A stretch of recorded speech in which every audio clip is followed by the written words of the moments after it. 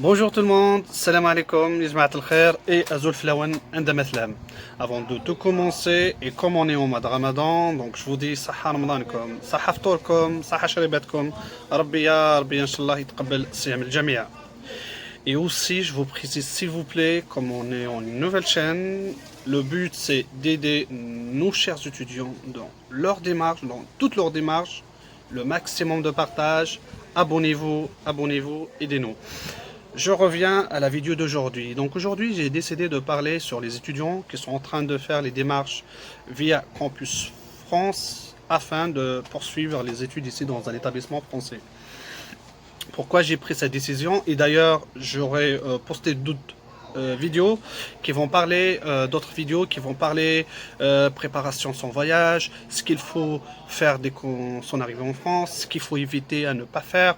Donc plein de questions qui traversent l'esprit de candidats aujourd'hui qui est un peu dans le flou. C'est normal de se poser ces questions. On a tous passé sur cette étape et aujourd'hui, grâce à Dieu, tous ces moyens d'informatique, d'internet nous facilitent les choses. Donc j'ai eu tellement de retours, de tellement de messages sur les réseaux sociaux, sur Facebook, sur Messenger, comment faire, ce qu'il faut choisir, ne pas choisir, cruise, pas cruise, donc tellement de questions, tellement de ramifications, des trucs vagues. J'essaye de résumer vite fait les choses. Donc, et la période, justement, on est en mois de mai, les universités commencent à donner leur accord. Donc, il y a certains étudiants qui ont reçu des validations de leur choix, une validation, deux, voire trois, donc chacun son dossier.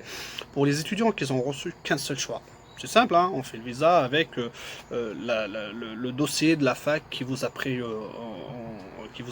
en charge. Donc on croise les doigts, et il faut vraiment faire un dossier de visa costaud et on croise les doigts pour avoir son visa. Pour les étudiants qui ont deux validations, deux dossiers validés, voire trois ou même plus, il faut penser une chose. C'est que le plus dur, c'est les 4-5 premiers mois arrivant en France. On arrive avec sa valise, pas de logement, pas de travail, on n'a pas encore son taux de séjour, et on commence la vie de zéro. Donc si par hasard vous avez quelqu'un, un proche, un voisin, un ami, un cousin qui est prêt à vous prendre en charge, même temporairement les premiers jours, optez par cette ville. Ne se dites pas bonne fac, pas bonne ville, moyenne ville, grande ville, rien.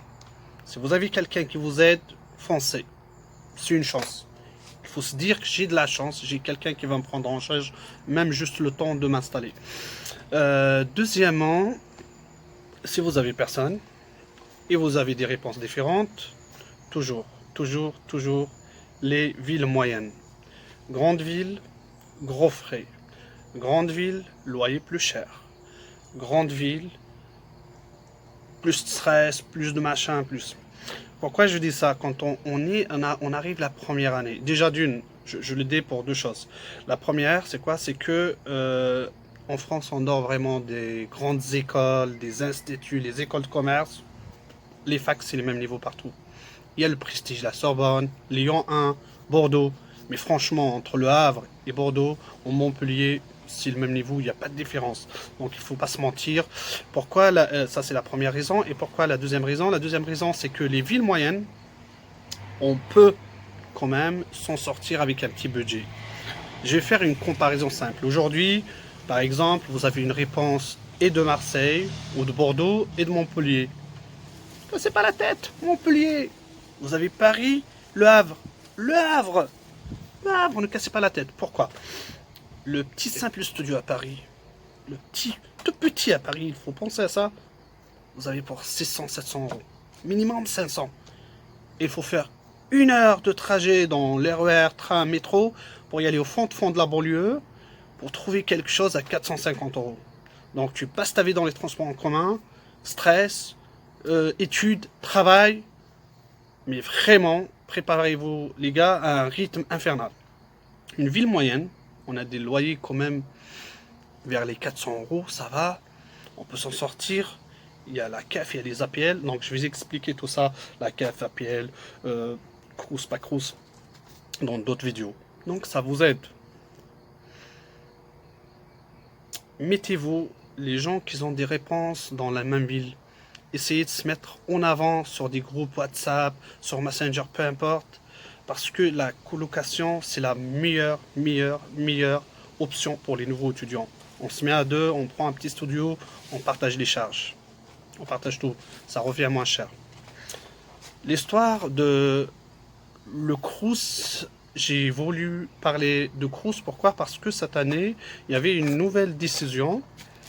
Le Crous, c'est que les demandes de chambres pour les étudiants étrangers, ça se fait plus comme le fameux DSE. Aujourd'hui, il faut vraiment avoir un compte sur le site service.étudiant.gov.fr. Il faut créer un compte et la procédure, ça va commencer au mois de juillet. Donc à partir de juillet, vous créez un compte sur ce site pour faire une demande de chambre chez le Crous.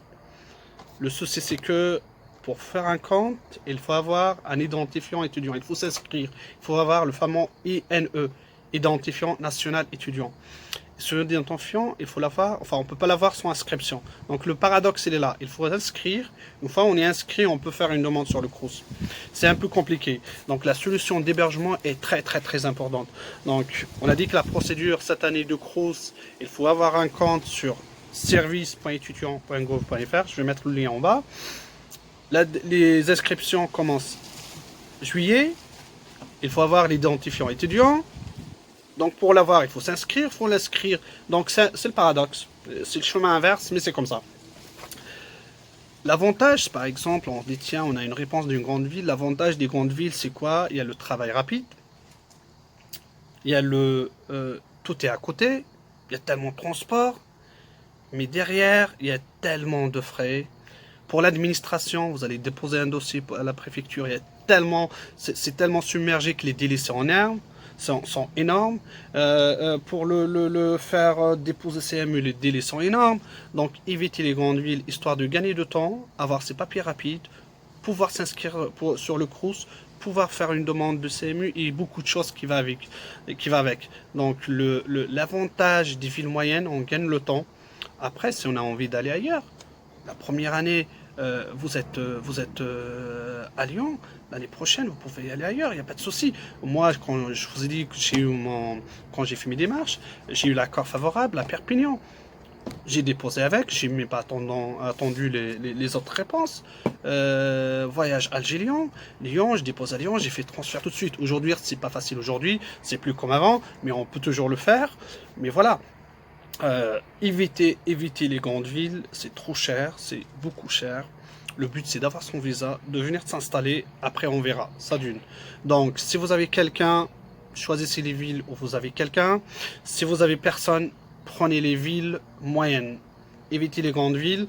Du moment que cette année, la procédure du Crous est compliquée. Donc, on verra ça. Je vous vais parler dans la prochaine vidéo sur l'hébergement. Donc, en arrivant en France, ce qu'il faut faire, ce qu'il faut éviter, se préparer avant. Et peu importe la petite idée qui vous traverse l'esprit, YouTube, Google, espace des groupes de Facebook, peu importe, partagez l'information entre vous au maximum, c'est très important. Donc la dernière chose que je veux signaler, c'est que il faut pas se dire que si je prends une telle ville, ça va augmenter mes chances pour avoir le visa. Pas du tout. Peu importe la ville que vous choisissez, le choix ne influence pas sur le fait d'avoir un refus ou un visa accepté. Non, pas du tout. Je suis d'accord, si vous avez quelqu'un dans cette ville, donc le fait que cette personne vous fournit une attestation d'hébergement, certainement ça va renforcer le dossier, on est d'accord. Mais en dehors de ça, il n'y a aucun impact.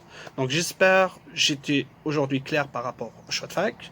Je vais parler dans la vidéo prochaine sur le dossier de visa. Je vais parler aussi sur les astuces pour faire avoir l'hébergement ici si on n'a personne. Et je vais parler aussi après comment préparer son voyage et en arrivant ce qu'il faut faire et ce qu'il faut éviter à ne pas faire. Donc j'espère que j'étais clair. Abonnez-vous encore une fois, soyez nombreux, restez sur Face, restez sur YouTube. On va partager le maximum d'infos. Ciao.